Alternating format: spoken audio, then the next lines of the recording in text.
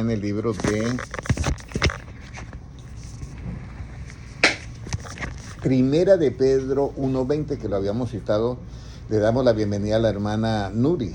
Dios le bendiga grandemente y que esta sea la primera, pero no la última vez.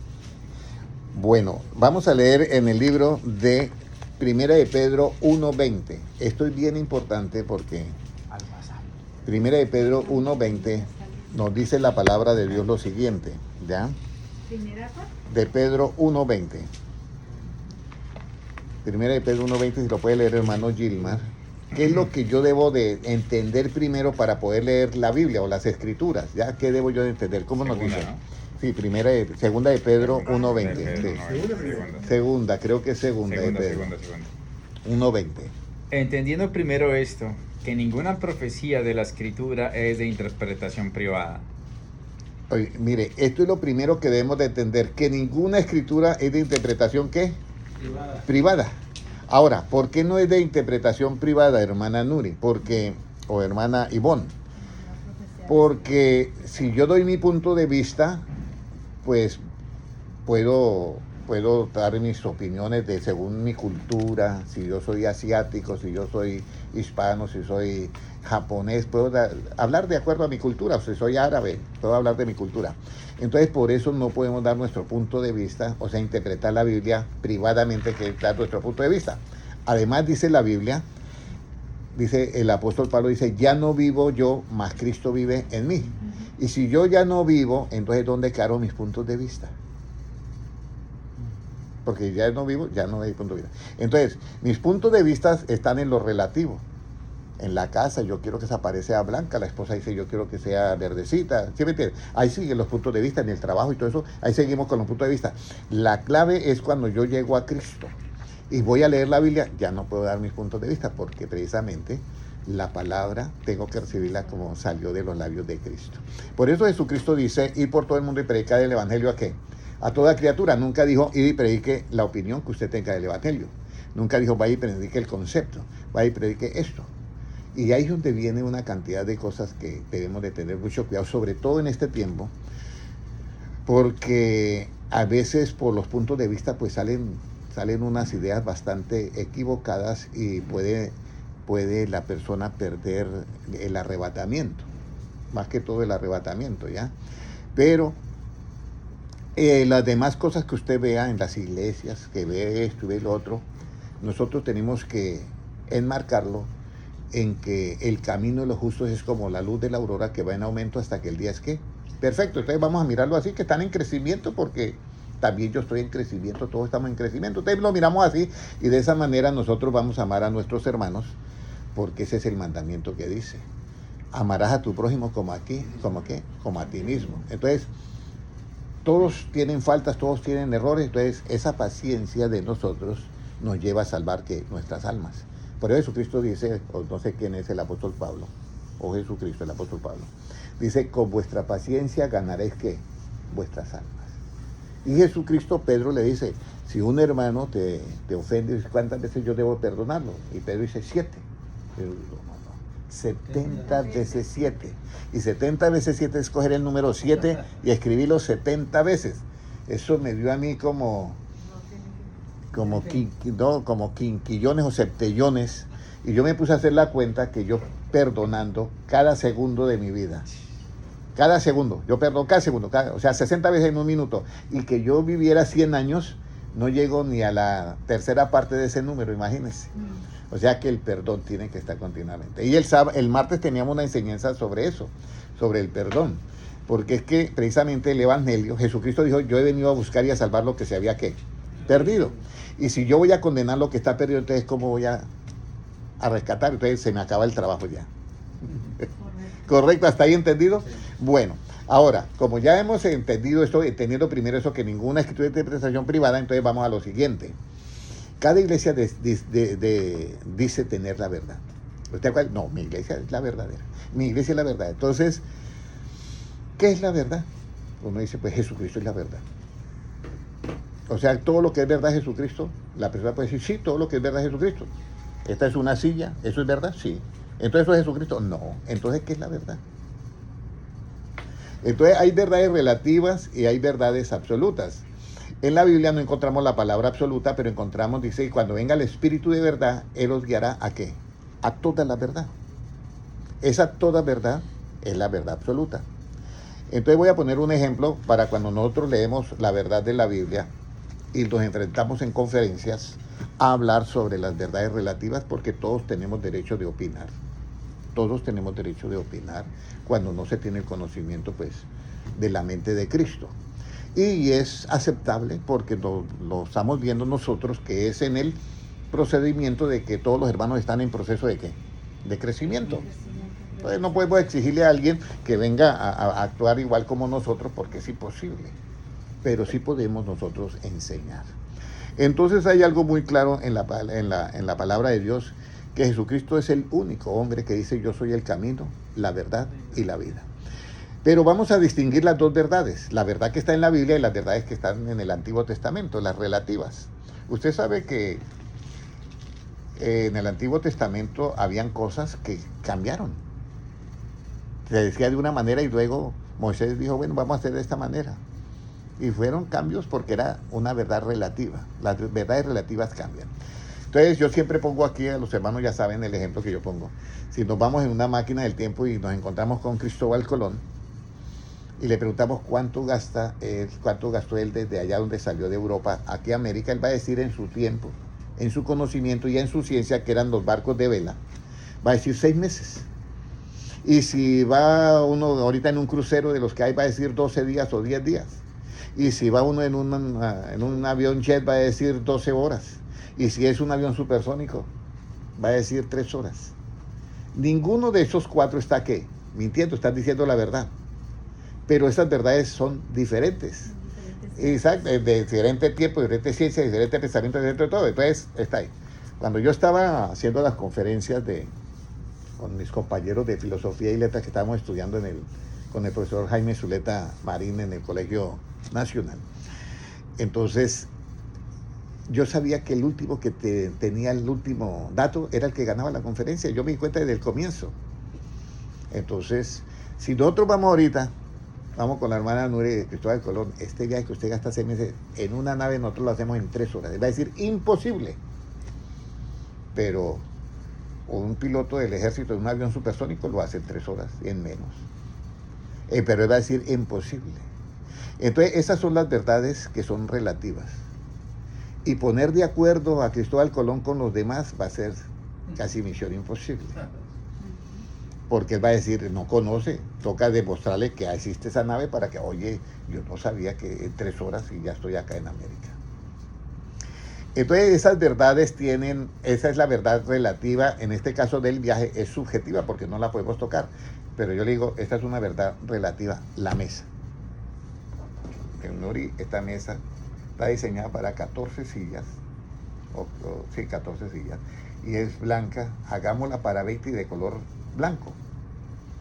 Entonces, tanto las verdades relativas objetivas y subjetivas tienen 2 características. Nunca las verdades relativas, subjetivas y objetivas son completas. Usted sabe que esta mesa pueden hacer miles y miles y sacan modelos y modelos y modelos, nunca terminan. O sea, nunca son completas ni son perfectas. Las verdades relativas, subjetivas y objetivas nunca son completas ni son perfectas. Y a lo que no es completo, yo le puedo hacer 2 cosas: agregarle o quitarle. Nada más. Y a lo que no es perfecto, yo le puedo hacer enmiendas, correcciones, modificaciones y cambios y muchas cosas más. ¿Hasta ahí todo entendido? O sea que esas verdades nunca son perfectas ni completas. El problema de cuando yo leo la Biblia y doy mi punto de vista es que caigo en esas verdades y no caigo en la verdad de Cristo. Ahora, la verdad absoluta ¿es dónde está? La verdad absoluta está en los labios de Jesucristo. Dice, los cielos y la tierra pasarán, pero mis palabras, ¿qué? Hay palabras que ya pasaron. No sé si yo siempre doy este ejemplo, pero para los hermanos que están en las redes sociales es importante. El Viper, ¿alguien usó el Viper alguna ocasión? Eso ya pasó. El Walkman pasó. El VHS pasó. El Betamax pasó. Incluso el Blu-ray, que fue el último, ya también pasó el Blu-ray ya. Entonces, esas palabras pasaron.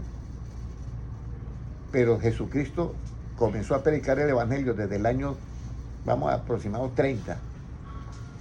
¿Y cuál palabra de Cristo ha caído en tierra? Ninguna. Esa es la verdad absoluta, nunca cambia. Y cuando Jesucristo le dice a los discípulos y a los judíos que habían creído en él, en Juan 8:32, dice, y le dijo a los judíos que habían creído en él, si ustedes permanecen en mi palabra, o sea, en el Evangelio, en lo que él salió, que en algunas Biblias tuvieron una idea muy genial, que lo que habló Cristo lo colocaron en tinta roja. Entonces, eso es lo primero que debemos de leer y esa es la verdad absoluta. Yo predico la Biblia desde Génesis, Apocalipsis, pero que esté conforme a las palabras de ¿quién? De Cristo. Ok. Entonces, Jesucristo cuando dice, hagamos, sobre esta roca edificaré mi iglesia, Él hace es con su palabra. ¿Ya? Entonces, cuando nosotros vemos todo este andamiaje que yo les he explicado y encontramos la verdad de Cristo, entonces, ¿para qué necesitamos la verdad nosotros? Entonces viene una cantidad de preguntas. Porque uno dice, bueno, hermana Nuri, tenga este martillo.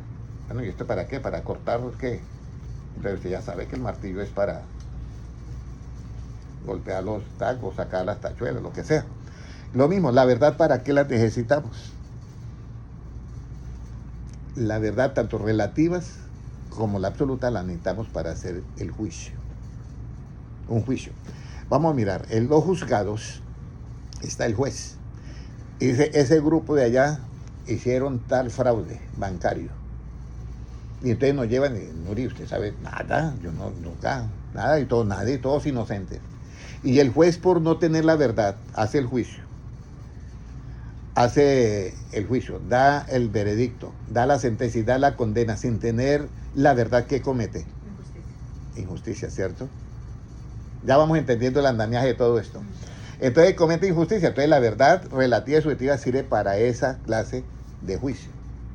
Pero Jesucristo, en el Evangelio hay una justicia. En Romanos 1:16, menos mal que estoy hablando con una persona que todos los versículos que yo digo, ella los sabe que están ahí.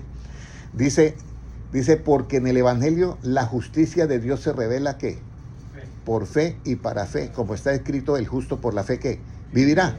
Entonces hay una justicia que se revela en el Evangelio que es diferente a la justicia que están en las cortes, que también Dios la dictó en el Antiguo Testamento. Las dos justicias. Entonces, la justicia que se revela en el Evangelio es por fe, se revela por fe y para fe, como está escrito, el justo por la fe vivirá.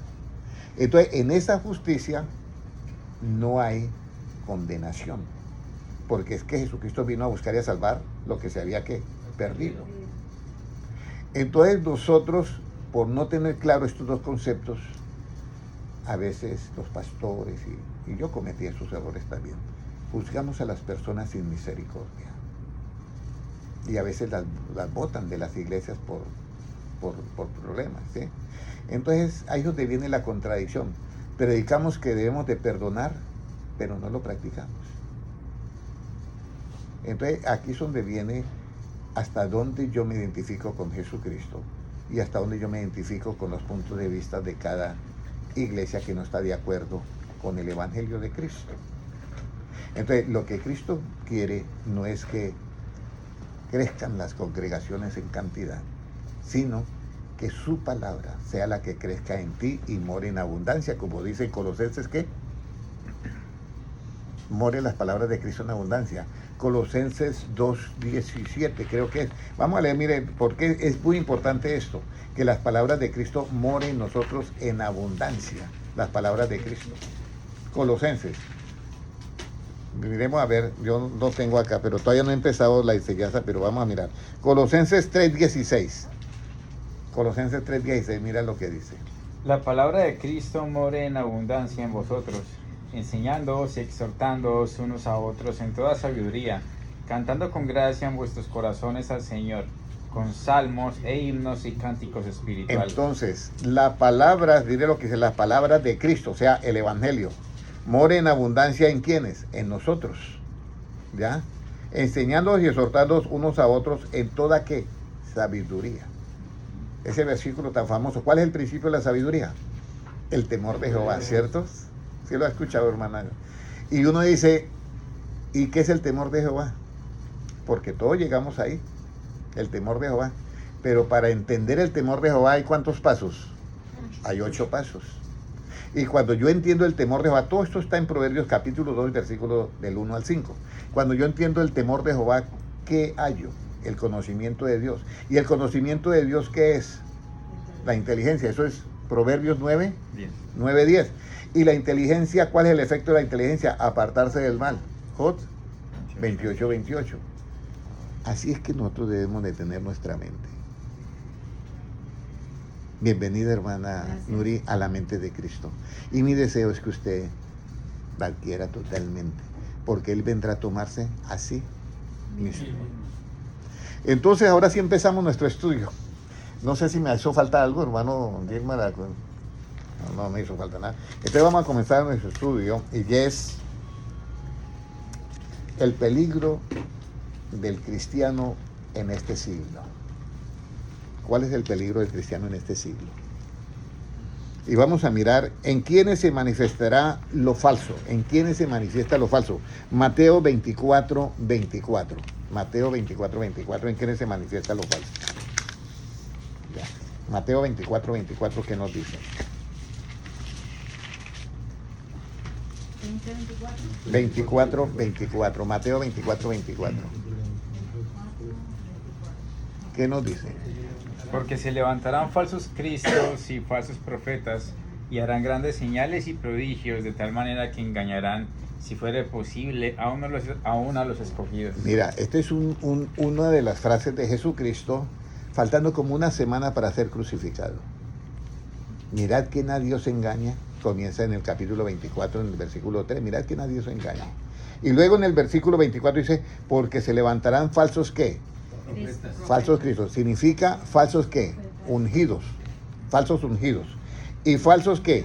Profetas. Y harán grandes señales y prodigios de tal manera que engañarán, si fuere posible, aún a quienes. Este es el peligro que nosotros tenemos en este tiempo.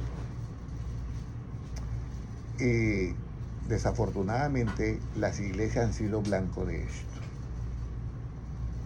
Y aquí es donde entra nuestro lente de con qué ojos vamos a mirar esto. Y esto nos toca mirarlo con los ojos de Cristo. Por eso nosotros vemos las cosas y tenemos que muchas veces callar. Escúcheme que esto es algo muy importante. Vamos a ir a Isaías 42, 19 para ver por qué nosotros vamos a callar. Y gracias, hermano Gilmar, porque hoy te sacrificaste su parte, pero bueno. ¿Cómo nos dice 42, 19? ¿Cómo nos dice? ¿Quién es ciego sino mi siervo? ¿Quién es sordo como mi mensajero que envié? ¿Quién es ciego como mi escogido y ciego como el siervo de Jehová? Que ve muchas cosas y no advierte, que abre los oídos y no oye. ¿Y qué más? Jehová se complació por amor de su justicia en magnificar la ley y engrandecerla. Mire, todo eso que él mira y observa, él mira y es ciego. Él oye y es sordo. ¿Por amor a qué? A su justicia. ¿Pero a cuál justicia? Hermana Nuri, a la que se revela en donde? En el Evangelio. A la otra no, la otra justicia miró y usted paga por eso. Pero la que se revela en el Evangelio es esa. Jesucristo encuentra una mujer adúltera y los fariseos le dicen: Maestro, esta mujer fue hallada en pleno acto de adulterio.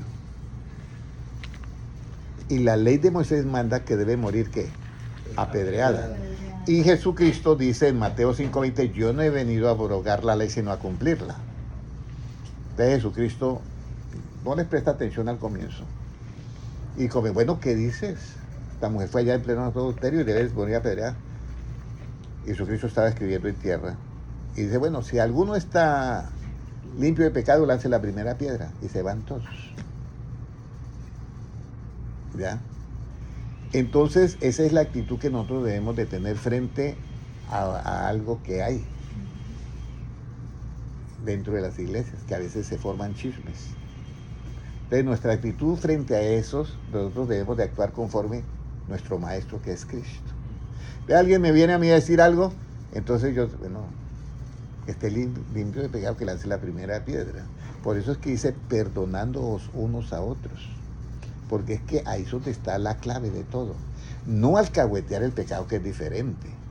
Entonces Jesucristo le dice a la mujer, ninguno te condeno. No, ni yo tampoco te condeno. El único digno de lanzar la piedra ahí, ¿quién era? Jesucristo, ¿cierto? ¿Y por qué no la lanzó? Es la pregunta. Ahora, si usted va manejando, yo voy manejando, voy a decir, y usted trabaja en la policía, y entonces yo voy manejando y me paso la luz en rojo, y usted se da cuenta, es policía, usted viene, me pone las luces y me hace un ticket. ¿Usted está cumpliendo la ley o ejecutando la ley? Ejecutando. Y yo incumplí, ¿qué? La ley. Entonces, por eso Jesucristo dijo en Mateo 5:20, yo he venido a cumplir la ley, no a ejecutarla. Porque si él lo hubiera ejecutado, entonces, ¿cómo salva lo que se había perdido? ¿Todo esto está claro para ti? Muy bien. Esto es bien importante. Por eso aquí damos un paso al frente, pero tomados de la mano con Jesucristo. Y podemos caminar mucho, kilómetros, puede usted avanzar acá, pero siempre estará usted de la mano de Jesucristo. Nunca le vamos a dar una enseñanza totalmente contraria a las palabras de Cristo. Siempre será ese ser que tú adoras en la madrugada, es el que pienso que te ha traído acá para que oigas su palabra como es. Entonces, vemos que Jesucristo dice, bueno, vendrán falsos profetas y si el engaño es tan sofisticado que pueden aún a los escogidos engañar.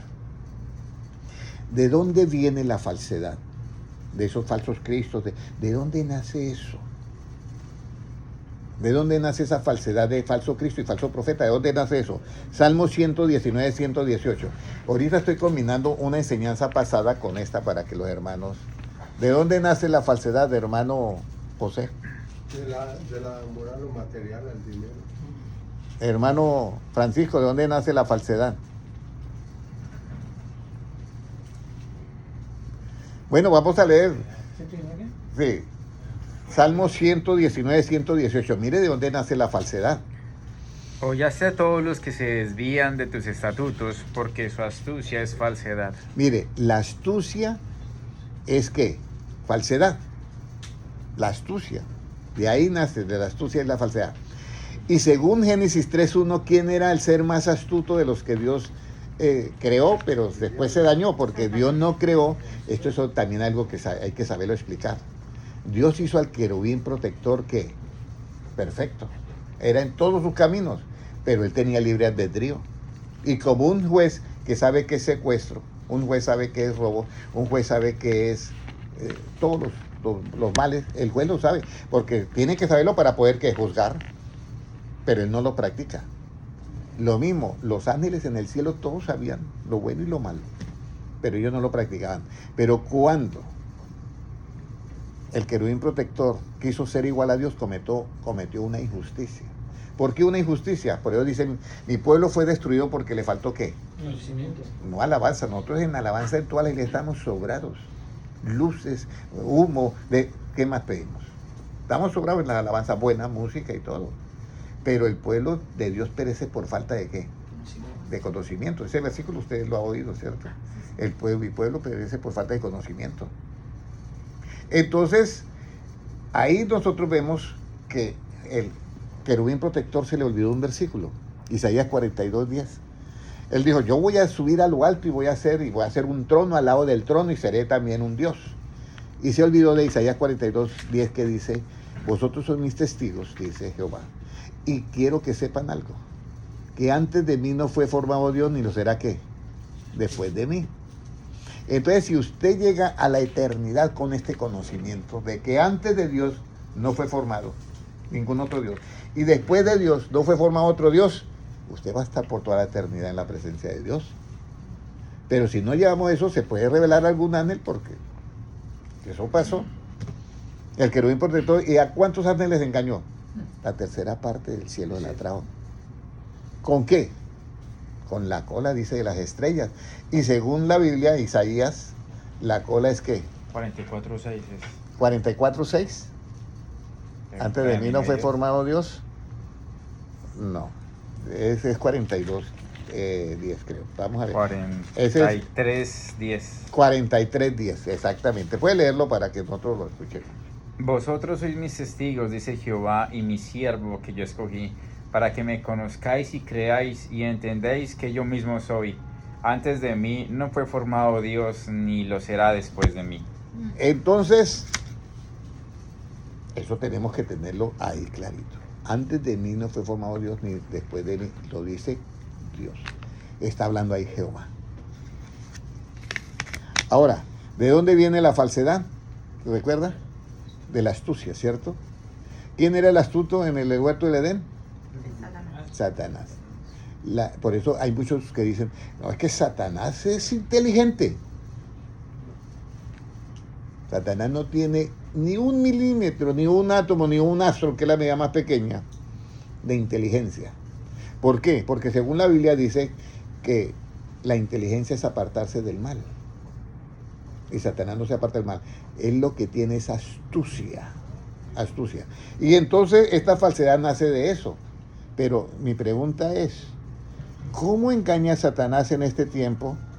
¿Cómo engaña Satanás en este tiempo al pueblo cristiano o a las iglesias cristianas? ¿Cómo las engaña Satanás? Según de Tesalonicenses capítulo 2 y versículo 3. Según de Tesalonicenses capítulo 2 y versículo 3. ¿Cómo nos dice? Nadie os engañe en ninguna manera, porque no vendrá sin que antes venga la apostasía y se manifieste el hombre de pecado, el hijo de perdición. Venga, mire lo que nos dice ahí. Nadie os engañe que en ninguna manera, porque no vendrán sin que antes venga ¿qué? La apostasía. ¿Qué es la apostasía? Que tú lees la Biblia y das tu punto de vista. Entonces cambia la verdad por una mentira. Y esa es la manera como el diablo utiliza. Porque lo más abierto que está en nosotros es ¿qué? Nuestros puntos de vista. Entonces de esa manera aparece la apostasía y se manifiesta el hombre de pecado, el hijo de ¿qué? De perdición. Por eso es que nosotros debemos de hablar conforme a las Escrituras. Eso lo dice en 1 Timoteo 6:3.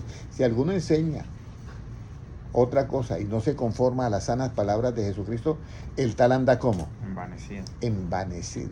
Pues ya le entra el ego y que yo puedo hacer esto, yo puedo dar esto, yo puedo... No, nosotros lo único que podemos es predicar el Evangelio.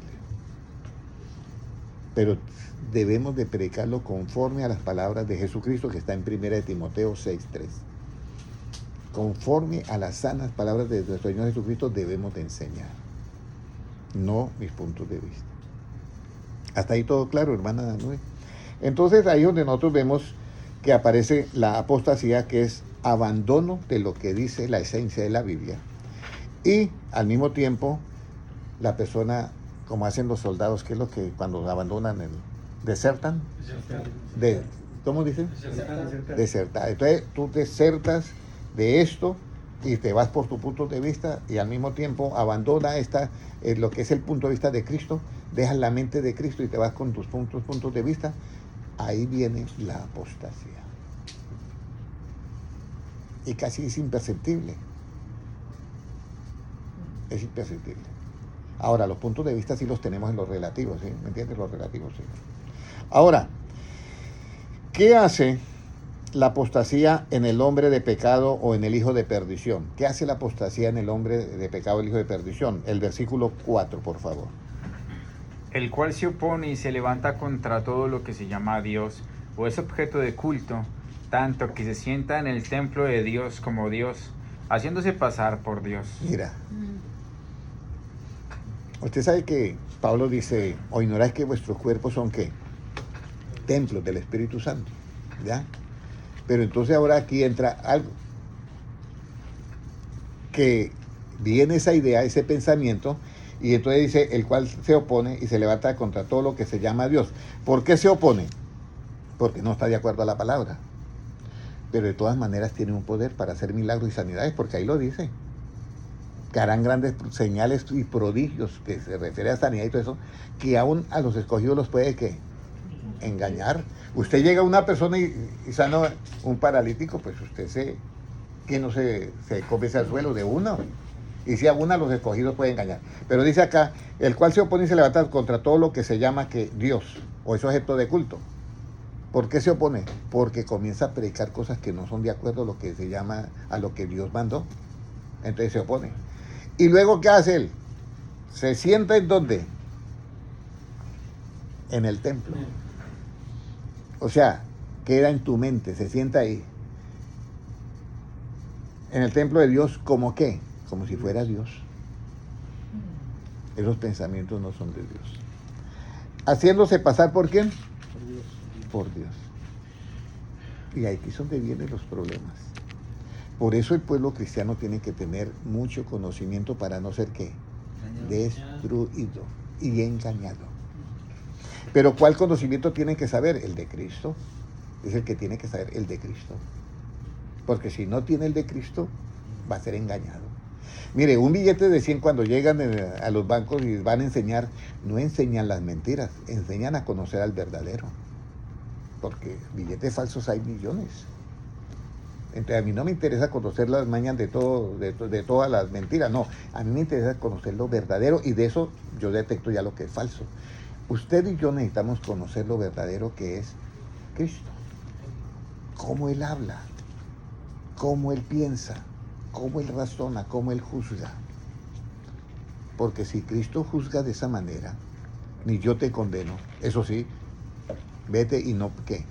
No peques más. Así tenemos que hacer. Bástale al discípulo ser como quien. Eso lo dice la Biblia, como su maestro. Por eso si alguien llega y dice, yo tengo una frase que se la dije aquí, creo que fue al hermano Noel martes, ¿cierto? ¿Cuál? Dije yo, cuando usted oye un hermano que dice, y esa hermanita que esto y eso, y yo no sé qué, y habla como despectivamente de la persona, ¿sí? Dígale, usted pregúntele, ¿usted ama a ese hermano? Porque el que ama, ¿qué? Perdona. Pero el que no ama, no perdona. Y el que tiene la justicia que se revela en el Evangelio, mira y es que ciego. Porque él está cumpliendo un objetivo que es el de salvar a ese hermano, de que ese hermano se encaje como debe ser. Y usted está usando en ese momento amor, perdón, y le agrega algo, que misericordia. Y hay una bienaventuranza que dice, bienaventurados los misericordiosos porque ellos alcanzarán ¿qué? Misericordia. Por eso las palabras de Cristo son inconfundibles. Y esta es la justicia que Jesucristo dijo en Mateo 6:32, donde dice, busquen primeramente el reino de Dios y su justicia. ¿Por qué diría eso? Primeramente, busque el reino de Dios y... Oye, pero no se lo olvide, la justicia, porque es que la justicia del Evangelio es diferente a la del Antiguo Testamento. Lo que resulta que nosotros en la iglesia la hemos mezclado. Entonces al hermano lo ponemos en disciplina y lo avergonzamos delante de toda la congregación, lo castigamos. Eso no, esa disciplina no existe en el Evangelio.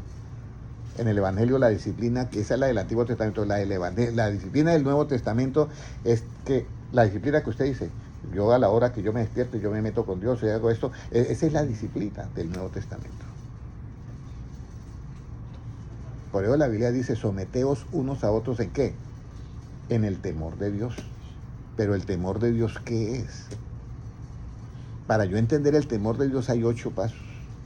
Tengo que oír su palabra. Tengo que inclinar mi oído a la sabiduría. Tengo que practicar su palabra. Tengo que inclinar mi oído a la sabiduría. Tengo que inclinar mi corazón a la prudencia. Tengo que clamar a la inteligencia. Tengo que buscar a la prudencia como si fuera plata y tengo que escudriñar a la prudencia como si fuera un tesoro y entenderás el temor de Jehová y ¿qué hallo? Hallarás el conocimiento ¿qué? De Dios. Y mi pueblo fue destruido porque le faltó ¿qué? Ese conocimiento de Dios. Y hay muchos hermanos que están heridos, hermanas que están heridas, que fueron ultrajadas en las iglesias, realmente. Pero por eso Dios oye las súplicas de sus hijos y los lleva donde hay esa palabra, que es un bálsamo. Las palabras de Cristo no destruyen el pecado, pero a la persona lo hace conforme a la imagen y semejanza de Él. Ok, entonces ya hemos visto que se sienta en el templo y se hace pasar como Dios, o sea, ya está engañaditos, ¿ya? Están engañaditos. Entonces, ese es bien importante que tengamos en cuenta nosotros esta parte. Ya las traen. Es importante que tengamos en cuenta esto, ¿ya? Que nosotros tenemos que identificarnos con quién, con Cristo. Ustedes ya notamos dónde entra la parte de la falsedad. Cuando nosotros, todo se hace pasar por Dios, pues claro, nos comemos el anzuelo, porque si actúa como Dios y se hace pasar por Dios, pues pensamos que es de Dios. Y actúa como Dios, eso es pero tremendo. Porque no actúa como un borracho, actúa como Dios. Y ahora viene la siguiente pregunta. ¿Cuál es la advertencia de Cristo sobre estos Cristos falsos y profetas falsos? Mateo 24, 23. ¿Cuál es la advertencia? Mire lo que dice. No creáis ni vayáis. Esa es la advertencia. Y yo siempre me pregunté por qué Cristo utiliza esas dos frases. No creáis ni vayáis. ¿Cómo nos dice Mateo 24, 23? Entonces, si alguno dijere, mirad, aquí está el Cristo, o mirad, allí está, no lo creáis. Mire, si no lo creáis, si alguien dice, mira, aquí está el no lo creáis, porque se levantarán esto y esto y esto, ni vayan allá. Ahora, ¿cómo nosotros, los falsos cristos y los falsos profetas, su advenimiento es por obra de quién? Según de Tesalonicenses 2:8, todos esos falsos profetas y falsos cristos es por advenimiento de quién. Mire lo que dice acá. Y entonces se manifestará aquel inicuo a quien el Señor matará con el espíritu de su boca y destruirá con el resplandor de su venida. Ok, ahora el 2:9. Inicuo cuyo advenimiento es por obra de Satanás, con gran poder y señales y prodigios mentirosos. Entonces ahí tenemos nosotros que Satanás engaña a quienes, a estos últimos falsos profetas y falsos cristos. Y su advenimiento es por obra de quién, de Satanás. Mira, eso está increíble, porque ahí en la palabra está eso súper increíble. Entonces dice, inicuo cuyo advenimiento es por obra de Satanás con poder, y mire, con gran poder, señales y prodigios que mentiró, y ahí se cumple lo que dijo Cristo, vendrá con señales y qué, y con prodigios mentirosos o falsos, que aún posible engañará a quienes, a los escogidos. Entonces, no que haya otro evangelio, dice el apóstol Pablo, pero predican otro evangelio. No que haya otra fe, pero predican otra fe. No que haya otro espíritu, pero andan con otro espíritu.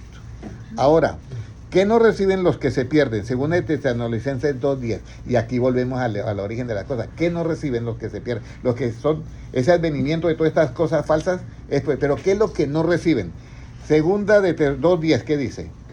Y con todo engaño de iniquidad para los que se pierden, por cuanto no recibieron el amor de la verdad para ser salvos. El amor de la verdad. ¿De la verdad de quién? De Cristo. Entonces aquí es donde se pierde la verdad de quién, de Cristo. ¿Y cuál es la verdad de Cristo? ¿Cuál es la verdad de Cristo? Efesios 1:13. Habiendo oído la palabra de verdad, ¿qué? El evangelio. Esa es la verdad de Cristo. El evangelio. ¿Y qué es el evangelio, hermana Nuri? ¿Qué es el evangelio? El evangelio es todo lo que salió de los labios de quién, de Jesucristo. Ese es el evangelio. Lo que salió de los labios de Jesucristo, ese es el evangelio. Entonces, dice, habiendo oído la palabra de verdad, que el evangelio. Pero ¿qué le pasa a todos estos falsos profetas y falsos cristos? El versículo 10 nuevamente. Y con todo engaño de iniquidad para los que se pierden, por cuanto no recibieron el amor de la verdad para ser salvos. El amor de la verdad. ¿Y cuál es esa verdad? El evangelio. Efesios 1:13, habiendo oído, dice, habiendo oído el evangelio, dice, la palabra de verdad, el evangelio, 1:13. ¿Ya? Entonces, ese es el evangelio, ese es de Cristo, pero no reciben las palabras de Cristo. Entonces les entra otro espíritu, otras verdades. Y ahí está. Cuando sea el arrebatamiento, sale a la luz todo. ¿Qué es lo que nosotros perseguimos? Ir a una iglesia, ¿qué es lo que perseguimos? En un principio, cuando yo no tenía definidas las cosas, entonces uno persigue las posiciones de ahí. Que tocar el piano, bueno, yo toqué el piano, eso, porque es parte de un grupo de música, de todo, pero yo miraba que todo se volvía como mucho superficial. Y yo comencé a entender que seguir a Cristo no era eso. Jesucristo nunca andaba con coreografías. Los apóstoles no eran coreógrafos para arriba y para abajo con un grupo de coreografía. Lo que él andaba era predicando ¿qué? El Evangelio. Encontramos que él cantaba un himno. Cuando la noche que salió la Pascua, cantó un himno, que era el Salmo donde decía que él iba a ser, era el Cordero, que iba a morir por todos los pecados del mundo. Pero Jesucristo no andaba que con los chofars tocándolos a cada momento, que toquen el chofar, que este está endemoniado y tiene una legión, que vamos a liberarlo con el chofar. No. Esas son ideas que no están en la Biblia, que no están en los labios de Jesucristo. El chofar es un instrumento igual como el otro, toque o no lo toque, no tiene nada que ver en el asunto espiritual. Es un instrumento igual como la trompeta o el saxo, ahora que están ya mecanizados, vamos a decirlo. Por eso nosotros tenemos que tener mucho cuidado con nuestros puntos de vista. Y tener mucho cuidado porque estamos en los tiempos ¿qué? Finales. Bueno, me he tenido que saltar un poquito. Ahora, además de no recibir el amor de la verdad para ser salvo, ¿qué más no reciben? Ahora el versículo 13, 2 de Tesalonicenses 2:13. Además de que no reciben el amor de la verdad, ¿qué más no reciben? Pero nosotros debemos dar siempre gracias a Dios respecto a vosotros, hermanos amados por el Señor, de que Dios os haya escogido desde el principio para salvación mediante la santificación por el Espíritu y la fe en la verdad. No reciben la santificación, ¿por qué? Por el Espíritu. ¿Y la fe qué? En la verdad. Por eso Jesucristo es el único que dice, yo soy el camino, la verdad y la vida. Los apóstoles todos predican de acuerdo a Cristo. Por ahí algunos detallitos, pero está dentro del crecimiento, ¿ya? Entonces, lo que no reciben es la santificación. ¿Cómo nosotros somos santificados? Juan 17:17, hermano. ¿Cómo somos santificados nosotros? Juan 17:17, ¿cómo somos santificados? Santifícalos en tu verdad, tu palabra es verdad. Mire, santifícalos ¿en qué? Nosotros somos santificados por la verdad. Cuando entra la verdad de Cristo en nosotros, ¿se va qué? La mentira. Entonces nosotros nos santificamos, es así por las palabras de Cristo, por la verdad de Cristo. Santifícalos ¿en qué? En tu verdad. Tu palabra es verdad. El Evangelio de Cristo, así somos santificados. Y dice, y la fe en la verdad. Ahora, ¿mediante qué somos santificados? Mientras la palabra. Al ser santificados por la voluntad y libres por la verdad, venimos a hacer ¿qué? ¿Y qué vamos a tener por fruto? Romanos 6:22. Al ser santificados por la verdad y haber sido libres por la verdad, venimos a hacer qué y vamos a tener qué clase de fruto. Romanos 6:22. Me tocó acelerar ahora. Mas ahora que habéis sido libertados del pecado y hechos siervos de Dios, tenéis por vuestro fruto la santificación y como fin la vida eterna. Entonces el fruto de nosotros es ¿qué? La santificación. Y por fin, el fin de nosotros, pues la vida eterna, es lo que perseguimos, la vida eterna. Y ahora, ¿qué significa siervos de Dios? Porque dice, mas ahora habéis sido libertados del pecado y hechos ¿qué? Siervos de Dios. Damos la enseñanza de que para ser amigos de Cristo primero tenemos que ser siervos. Porque Jesucristo dijo, ya no llamaré siervos sino amigos. ¿Y por qué amigos? Porque hacen todo lo que yo les mando. Qué bueno. Entonces, ¿cómo somos siervos nosotros de Dios? 1 Corintios 7:22, ¿qué significa ser siervos de Dios? 1 Corintios 7:22. Siervos de Dios. ¿Qué significa ser siervos de Dios? ¿Qué dice? Porque el que en el Señor fue llamado siendo esclavo, liberto es del Señor. Asimismo, el que fue llamado siendo libre, esclavo es de Cristo. Mire, entonces el que fue llamado siendo esclavo, pues liberto es por el Señor, y el que Es libre, pues ahora es esclavo del Señor. ¿Sí dice así la Biblia? Sí. Ok, ahora, nosotros somos, ¿por qué Pablo era esclavo de Cristo? Romanos 6:18. Ahora, Romanos 6:18. ¿Por qué Pablo era o siervo o esclavo de Cristo? Y libertados del pecado vinisteis a ser siervos de la justicia. Nosotros somos siervos de la justicia que yo le hablaba a usted, que se revela en qué? En el Evangelio. Esa justicia que es diferente. Esa es contraria a lo que decía el Antiguo Testamento. Oíste que fue dicho ojo por ojo y diente por diente. Y Cristo dice, pero yo traigo una nueva justicia. Amad a vuestros enemigos. Si ve un error en un hermano, mírelo como que está en etapa de crecimiento, porque no podemos juzgarlo, porque yo he venido a buscar y a salvar lo que se había perdido. Y esa es la parte clave de que nosotros en ese momento somos libres, porque usted no se deja llenar de esa rencilla contra la otra persona. Usted da un paso en el mundo espiritual de los cielos por la justicia. Por eso Jesucristo dice, busquen primeramente el reino de Dios y qué, y esa justicia. Entonces nosotros ahí podemos amar al hermano que nos ha ofendido, podemos amar al pastor que nos echó o que nos dijo una frase que nos hirió. Podemos amarlo y oramos por él, y el que perdona es el que más sale beneficioso. El que perdona es el que sale beneficioso, sana su alma. Entonces aquí tenemos nosotros en que somos siervos de ¿qué? De la justicia que se revela en el Evangelio por fe. Ahora, ¿cuál es el fruto de ser siervo de esa justicia? Efesios 4:24. Que volvemos a ver, con esa justicia que se revela en el Evangelio, que se crea el nuevo hombre según Dios, el que es creado. Mire cómo dice Efesios 4:24. Y vestidos del nuevo hombre, creados según Dios en la justicia y santidad de la verdad. Mira. Y vestidos, hermana Nuri, vestidos del nuevo hombre. ¿Creado quién? Según Dios, ¿en qué? Aparece la justicia que revela en el Evangelio por fe. ¿Y en santidad de qué? Y santidad de la verdad. ¿De acuerdo que leímos Juan 17:17? Santifícalos en tu verdad. Ahí está santidad de la verdad. Y ahí se está formando en nosotros el nuevo hombre conforme a su imagen y qué. Y semejanza. ¿Cómo nos sometemos ahora? ¿Cómo perfecciona la santidad de la verdad? ¿Cómo se perfecciona esa santidad? ¿Cómo perfeccionamos en nosotros la santidad? 2 Corintios 7:1. O sea, por eso es que esto es un laberinto. Sí, ya notó la diferencia, ¿cierto? Ya notó la diferencia. Y por eso es que el pueblo de Dios comete tantos errores. ¿Y cómo yo le voy a pedir?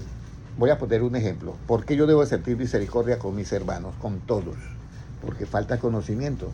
¿Cómo le va a pedir usted a un niño que se porte como un adulto si él ya no tiene ese conocimiento? Entonces, ¿cómo perfeccionamos la santidad de la verdad? Así que, amados, puesto que tenemos tales promesas, limpiémonos de toda contaminación de carne y de espíritu, perfeccionando la santidad en el temor de Dios. Mire, la santidad se perfecciona en el temor de Dios, en esos 8 pasos que yo les dije, que está en Proverbios del 1 al 5. Ahora, ¿cómo nos sometemos los unos a los otros? Efesios 5:21. ¿Cómo nos sometemos los unos a los otros? O sea, ¿cómo yo puedo, miro algo raro, callo, oro, va bien por mi hermano? Pero ¿cómo yo me someto al hermano y cómo ese hermano se somete a mí? Todos nos sometemos ¿en qué? No en que yo soy el hombre o que usted es la mujer. No, mire lo que dice ahí. Someteos uno a otro ¿en qué? En el temor de Dios. En el temor de Dios. Por eso es conocimiento. Y ahora viene ya para finalizar, ¿cómo debemos de ocuparnos de nuestra salvación? Filipenses 2:12 hasta el 16 y terminamos. Filipenses 2:12 hasta el 16. ¿Cómo nos dice? Por tanto, amados míos, como siempre habéis obedecido, no como en mi presencia solamente, sino mucho más ahora en mi ausencia, ocupaos en vuestra salvación con temor y temblor, porque Dios es el que en vosotros produce así el querer como el hacer, por su buena voluntad. Entonces, sí, siga leyendo hasta el... Vamos a leer. Ahí, ¿sigo? Sí, yo le dije hasta el 22, ¿fue que yo dije? 12, el 12. Hasta el 16. Haced todo sin murmuraciones y contiendas, para que seáis irreprensibles y sencillos, hijos de Dios sin mancha en medio de una generación maligna y perversa, en medio de la cual resplandecéis como luminares en el mundo, asidos de la palabra de vida, para que en el día de Cristo yo pueda gloriarme de que no he corrido en vano, ni en vano he trabajado. Óyeme, qué bonito ese versículo. Mire, dice, hacelo todo sin qué, sin murmuraciones. Y usted sabe que esa murmuración nos acompaña mucho. Y entonces dice, hacelo sin murmuraciones. Y Pablo dice, bueno, para que en el día del Señor yo por lo menos me lleve una sorpresa de que no he trabajado en vano. Porque estoy predicando, pero los veo todavía muy niños. Usted sabe que los niños pelean por cualquier cosa, ¿cierto? Pero los niños tienen una ventaja que no la tienen los adultos. Que ellos pelean, pero al momentico que nada. Pero los adultos sí guardan sus recursitos. Entonces ahí es donde viene el problema. Entonces por eso nosotros debemos de ocuparnos en nuestra salvación. Eso es, pero nosotros nos ocupamos más que todo en los negocios y en otras cosas. Y nosotros debemos ocuparnos en nuestra salvación. Y ahí está. No nos olvidemos esa última cita bíblica. ¿Cuál era? De Efesios 5:20. No. Era que... Era... No, la última era cita bíblica. La de Filipenses, ¿no era? Filipenses 2:12 al 16. Filipenses 2:12. Ahora que lleguen a sus casas, ya en la madrugada, cuando usted, Filipenses 2:16, y léalo y ya. Recuerde que esa es la 2:12 al 16. Filipenses 2:12 al 16. Bueno, vamos a hacer la oración porque ya no se nos pasó el tiempo. Vamos a orar. Padre Celestial, te damos gracias por tu palabra, porque tenemos una garantía en tu palabra, como dice en Isaías 55:11. Así la palabra que sale de mi boca no volverá a mí vacía, sino que hará lo que se le ha mandado hacer. Gracias, Señor, porque tu palabra la hemos recibido hoy y sabemos que esa palabra obrará en nuestras vidas para bien y nos hará, Señor, ese nuevo hombre conforme, según creado Dios, en justicia y santidad de la verdad. Te presentamos, Señor, a todas las personas que estuvieron conectados por las redes sociales, los que mirarán en diferido en los 4 canales de YouTube, los presentamos, y a todo este grupo, Señor, que está aquí en esta conferencia, los presentamos ante ti. Señor, guarda a tus hijos, a los que buscan tu rostro, Señor, a los que te adoran, a los que oran, a los que te alaban, Señor. Guárdalos en este tiempo de tanto engaño que hay. Señor, guárdanos como la niña de tus ojos, Padre Celestial, porque tuyo es el reino, el poder y la gloria por los siglos de los siglos. Amén. Un abrazo para todos, Dios les bendiga grandemente. Un saludo para los hermanos en YouTube.